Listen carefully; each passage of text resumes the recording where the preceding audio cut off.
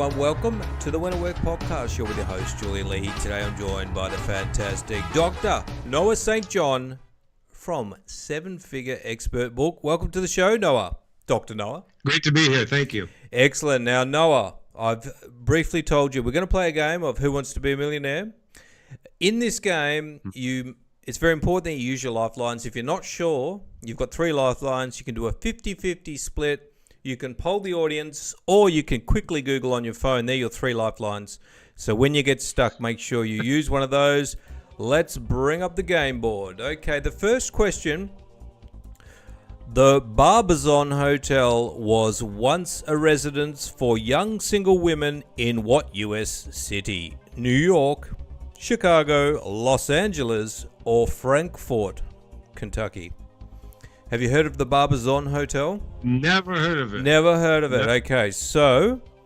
Wow. Yeah, that being the... Well, you started me with... These are supposed to be the easy ones. I know, it's a bit easy one. Yeah, I promise you, they'll get easier. Well, what do you want to do? Do you want to have a 50-50 split?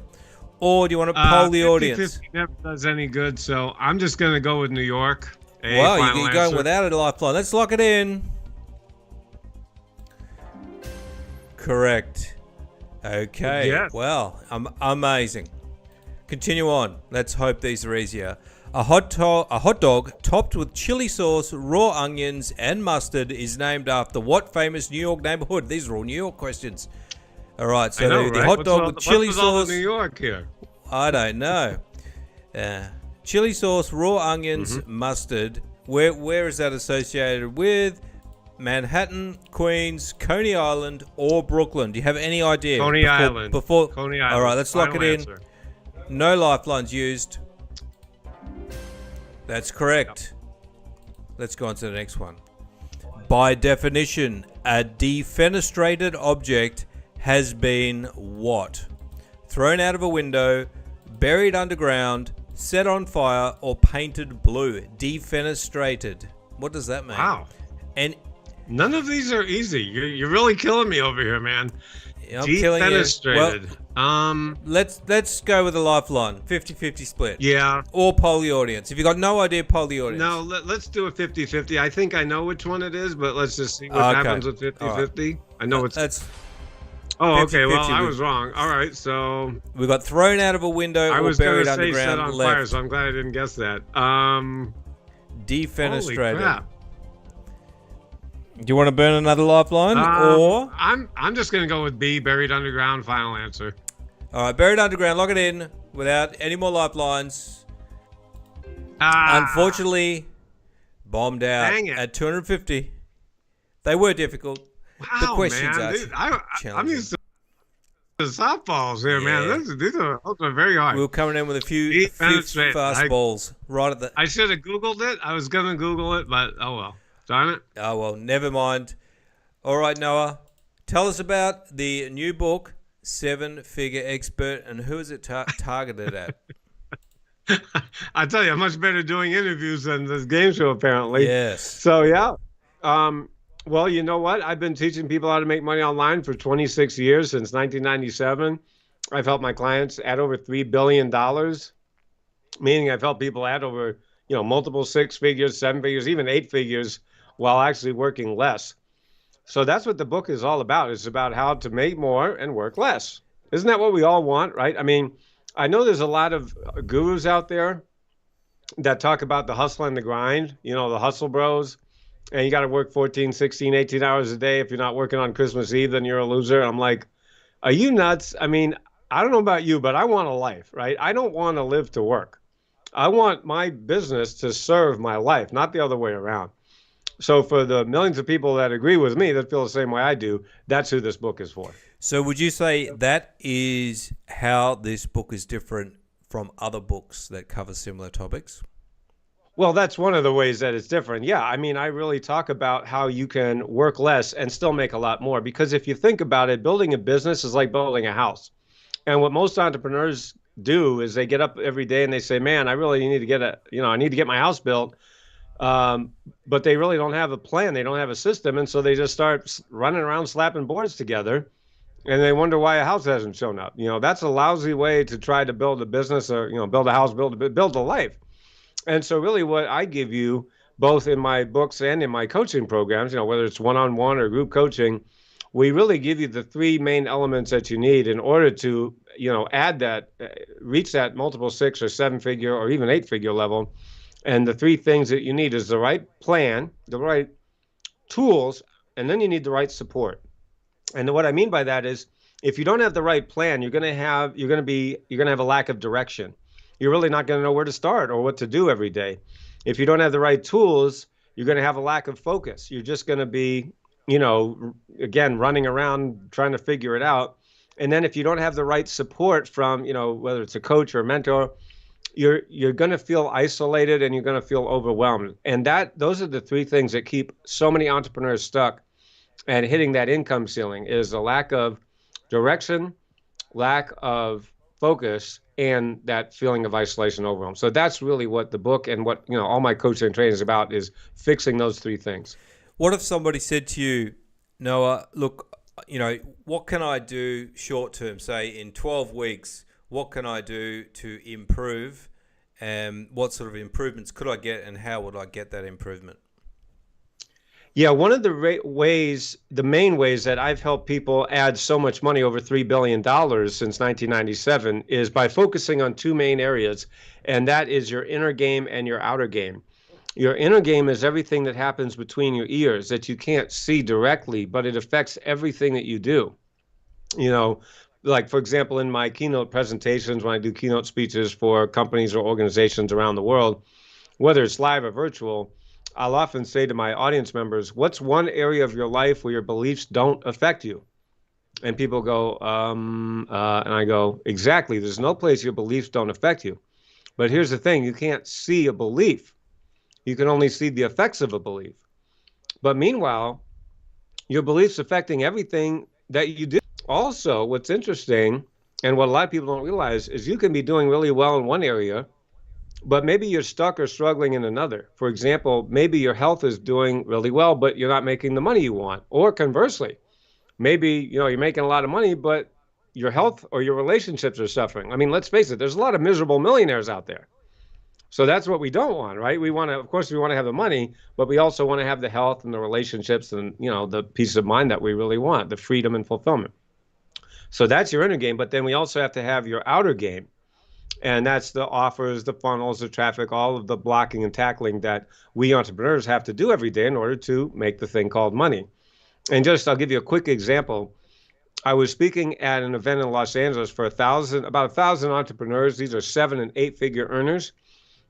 I was speaking about, everything I'm talking about right now. I'll give my presentation. I was walking off the stage. A man came up to me and he said, Noah, I want to hire you as my coach. You're the coach I've been looking for. Now, I didn't know this man from Adam. Ironically, his name was Adam.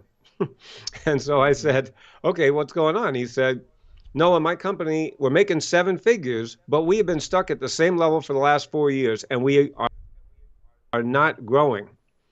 And he said, I've hired all these gurus. I've spent all this money. He named all the gurus out there, all the marketing guys, and we're not growing. We keep hitting that income ceiling that you talked about. And as soon as I heard you speak about inner game and outer game and everything you just said, he said, I knew you were the coach I've been looking for. So he hired me to coach him one-on-one. I coached him for 18 months. In that 18 months, we got his company from being stuck for the previous 4 years to over 20 million in sales in less than 18 months, a 600% increase in less than 18 months. And how did I do it?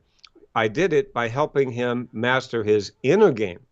See, he's been spending all this money on his outer game, all that stuff that you need, and that got him to the 7-figure level, but it really did not allow him to scale up and really get that hockey stick growth that we talk about. So the point is, for everybody listening to the program, make sure that no matter what you do, you have to master your inner game and your outer game if you really want to get that hockey stick growth. Absolutely. And as far as the inner game goes, you talk about the unconscious habits of highly successful people. What do you mean by that? What I realized 26 years ago was that highly successful people are doing things unconsciously that they don't even know they're doing, and therefore they can never teach it to you. That's one of the reasons why people have spent so much money on all those gurus out there, and they're not necessarily saying anything wrong, but they're also not saying anything helpful. Let me give you an example. Imagine you're driving in your car and you're going to an unfamiliar place, someplace you've never been before. And you're trying to follow directions, but all of a sudden you're like, man, I don't know where I am. I'm lost. And you look at your phone and you realize that your GPS isn't working. You don't have service, and you're like, oh my gosh, I'm really lost. And so you see someone on the side of the road. You pull over, roll down your window, and say, excuse me, can you tell me where I am? And they say, yeah, you're in a car. Okay, well, they didn't say anything wrong, but it also didn't help you at all. That's what a lot of the gurus are doing. They're not saying anything wrong, but it really doesn't help.